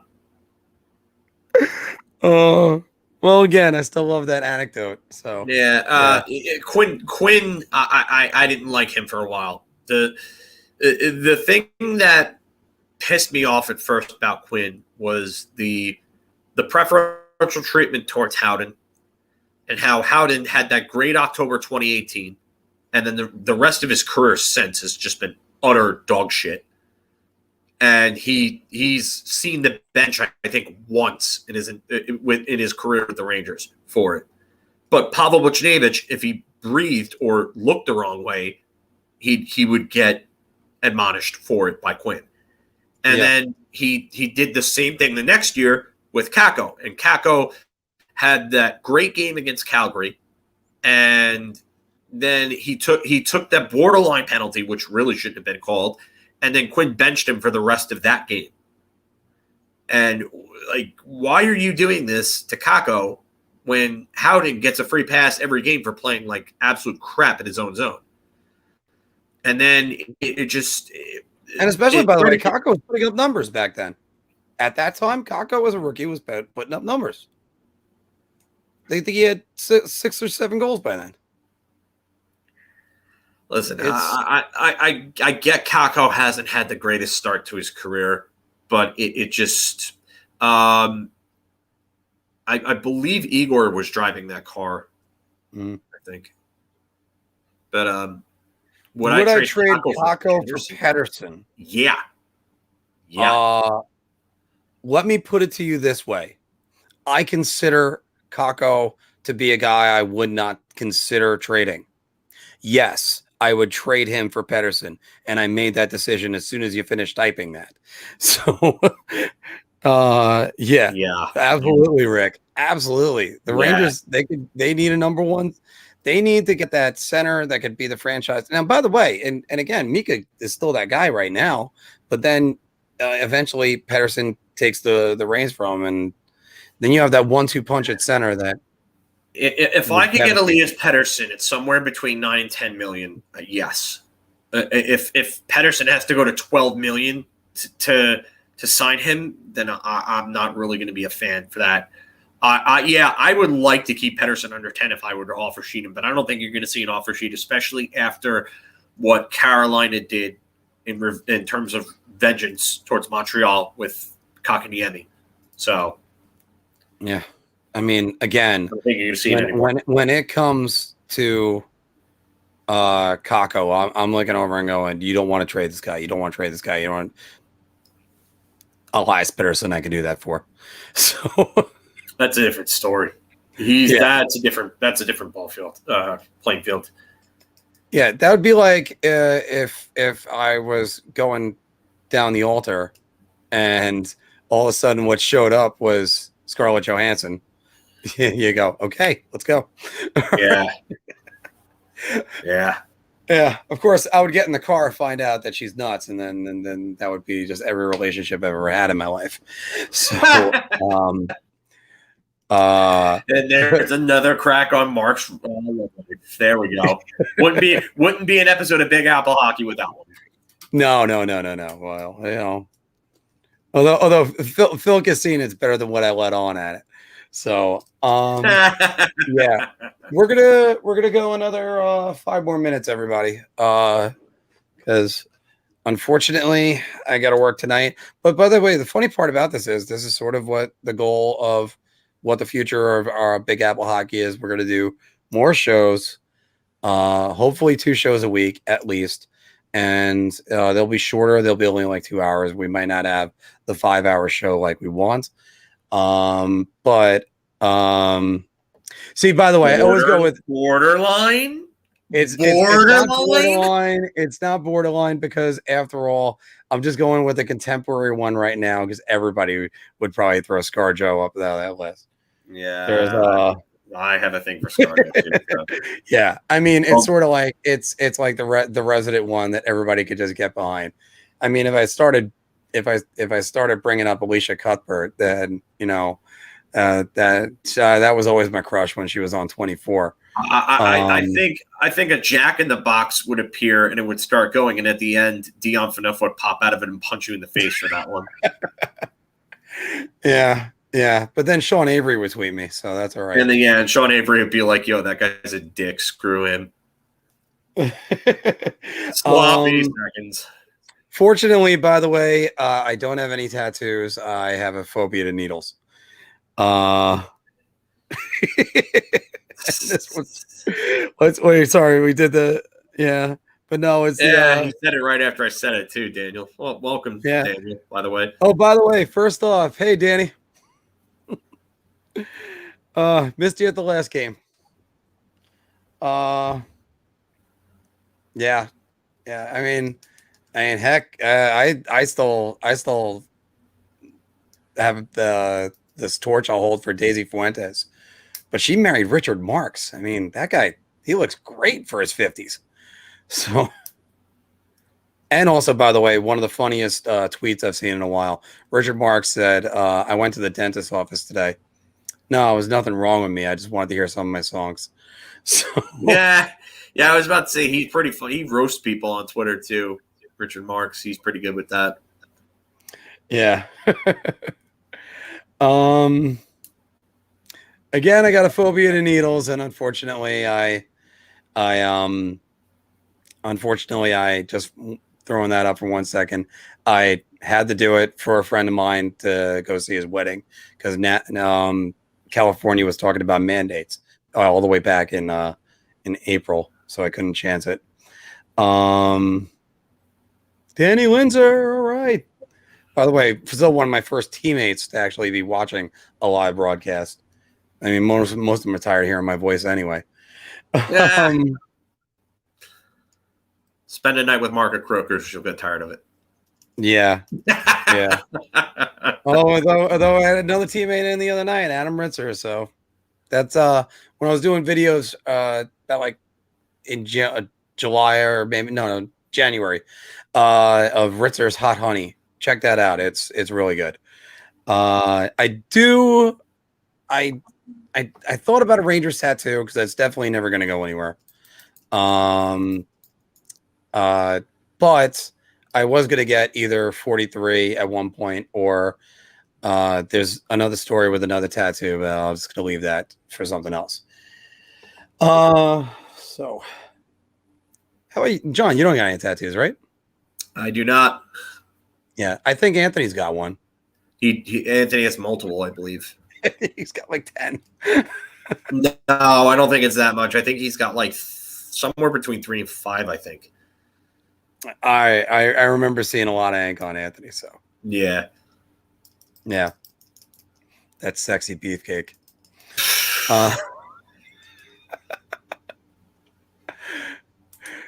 Anthony, the only one to appear on Big Apple Hockey without a shirt. So yeah. And it's not like we don't look bad. So got that one. Yeah, we're tattoo virgins, Dave. Yeah. Laugh it up, buddy. All right. Yeah. All right. So we're gonna sign off right here. Lots of work to do. We'll definitely get up the preseason segment by hopefully 5 o'clock, if not tomorrow. But as usual, guys, it's always great to talk to you, and it's always great to have you on. And I can't wait to see this game. Hopefully, we'll get to see either people at the seats at the Garden. I think my seats are. I always love it when there's like a phone number that calls you that's not really a phone number. Makes you feel really safe how your information's out there. We're gonna be sitting in 224. So as long as you're not coming to punch me in the face, I'll be very happy. And definitely pregame beers before then. I hope Stout is Stout's still open. I know that. I think I walked by it last week or last month when I was in the city. But we're gonna also try to do a couple little videos before the game, and I go with Scarlett over Eva Mendes. Yeah, I have a preference for redheads. There's definitely nothing wrong against either girl. But again, so keep checking Big Apple Hockey on Twitter because we're going to update that. I'm going to put the show from Periscope from All Things Rangers over there as soon as I can. And also just, keep liking us, sharing us, and recommending us to others. Wait, hold on. Matt is asking, I wonder if, Rick, it's happening. I'm never going to leave again. If you wonder if Eichel is if a trade's going to happen before training camp. No. I would say probably not. There's a very slim, I'd say like there's like a 1% chance just because if the physical is good and he shows up to camp, I just feel like having him around would just be a massive distraction for the team. I don't think a team trying to turn a new leaf would really want that. But again, at the same point, I just think that it's just going to be too tough to try to promote this deal right now. And I think Adams is going to want to hold on to him and try to see if he could get better value during the season. So I don't know. I'm probably going to lean towards no. Yeah. I got to go no. It's I think everybody that had interest in him has moved on. And just like how Scarlett's moved on to Colin Jost. But no, it's I just think it's they're ready. They're ready to start the season. And if you go and acquire Jack Eichel, then you're gonna be acquiring a player you can't use for 2 to 3 months. Well, it depends on the physicals. If he passes the physicals, then that could change things. But I still say it's a complete wild card. I'm going to lean towards no, regardless. But if he passes the physical, that could change a lot of things. So. Oh, and by the way, I know with Granny she was doing this, but I saw you guys are doing the Bar Talk segment with us, then playing along. That was great. Yeah, having you guys in the comments. Yeah, exactly. We'll make sure we highlight more of those. But okay, but again, see, I had 5 sign-offs the other day, Philk. It was actually 2 Zambonis and an ice chest for Eichel. But I had 5 sign-offs the other day, and eventually people just kept on asking, "Oh, Bobby Ganoush is back." I don't know if he will or not.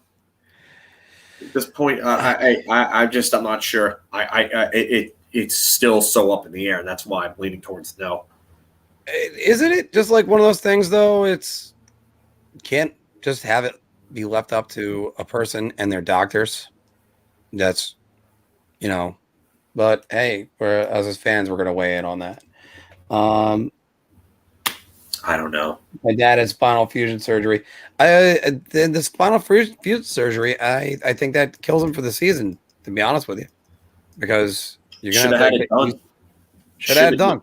Yeah, should have had it done. That's why That's why the Sabres are a double-decker shit sandwich of an organization.